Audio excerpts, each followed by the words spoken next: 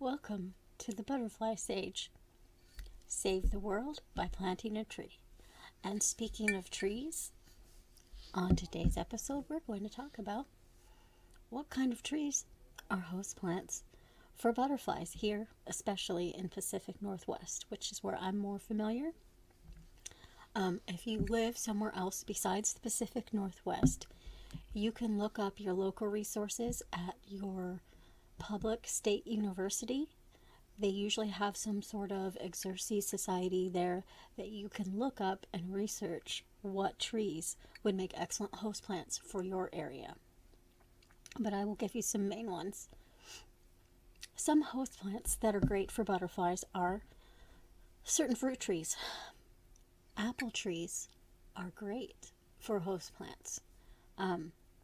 If you live, an apple tree is also an excellent tree to plant in your yard if you live in town. I realize there are, in town you cannot plant super huge trees. You wouldn't want to plant an oak tree or a big huge fir tree in your backyard if you have a tiny yard in town. But an apple tree actually is very sturdy. A lot of the apple trees, actually most of them, survived that big huge ice storm we had in February of 2021. Apple trees are strong. They're meant to take heavy fruits and hold them. All of our apple tree branches withstood that ice storm on top of their trunk, never their roots. They're fine. Apple trees are an excellent tree to plant in a tiny backyard. Some other fruit trees that make good host plants are the cherry and the plum. Indian plum makes an excellent nectar source as well for butterflies. Some other native Pacific Northwest trees are manzanita and madrona. I'm not sure I'm saying that right. Could be madrone.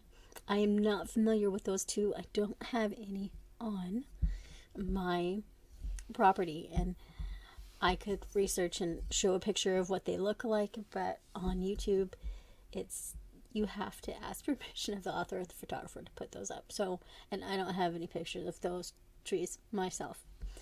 Maybe someday. Some other trees that make great host plants are fir trees. There's some fir trees. My personal favorite, the Douglas fir tree.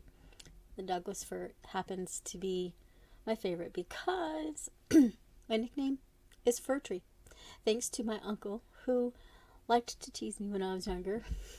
My name is Jennifer, and on top of that, I'm really, really short, and so I'm kind of the opposite of a Douglas fir tree. I'm short, so my nickname is Fir Tree, fir, and the Douglas fir is my favorite tree, which make an excellent host plant. Also, true firs make an excellent host plant as well. There are certain varieties of pine that are native to the Northwest that make excellent host plants or host trees for butterflies. I'm sure there is some pine in the Midwest and Eastern area in the South that would probably make excellent host plants for butterflies as well. There are also, believe it or not, maple, big leaf maple and specifically, and some dogwoods that are native to Pacific Northwest that make host plants for butterflies. So I'm trying to remember here, the two dogwoods specifically that I know of that make excellent host plants are the red osier dogwood. I'm not sure I'm saying that right. Osier, O-I-S-E-R. And then the cherry dogwood also makes an excellent host plant. And we cannot forget about the oak tree.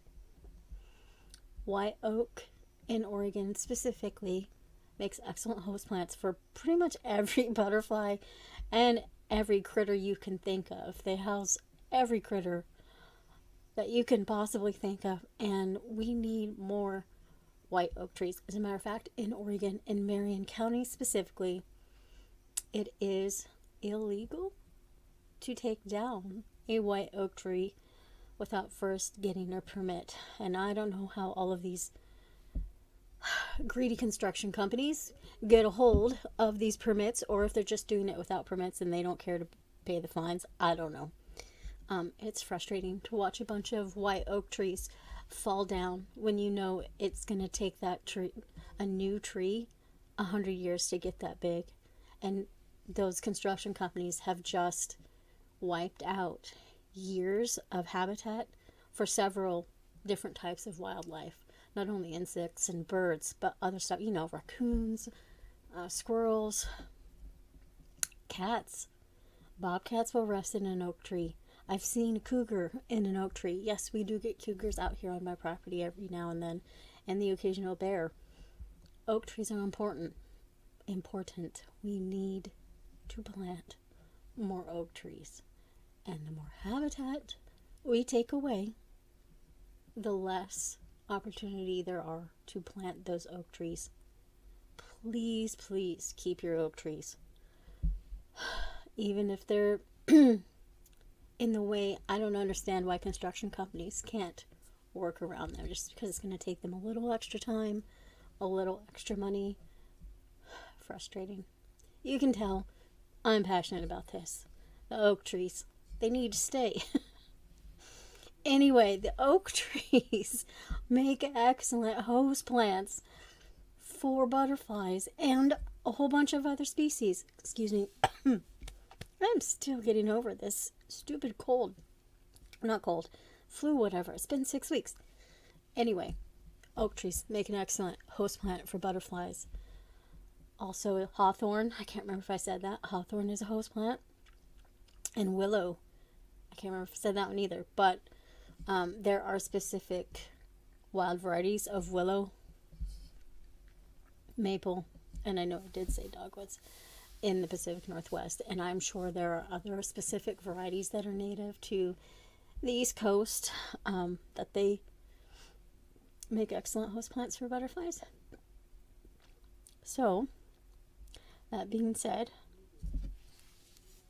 here is my cup for today. And I'm not drinking tea. I'm actually drinking hot chocolate. It's really cold and it's close to Christmas, and hot chocolate just feels like the right thing.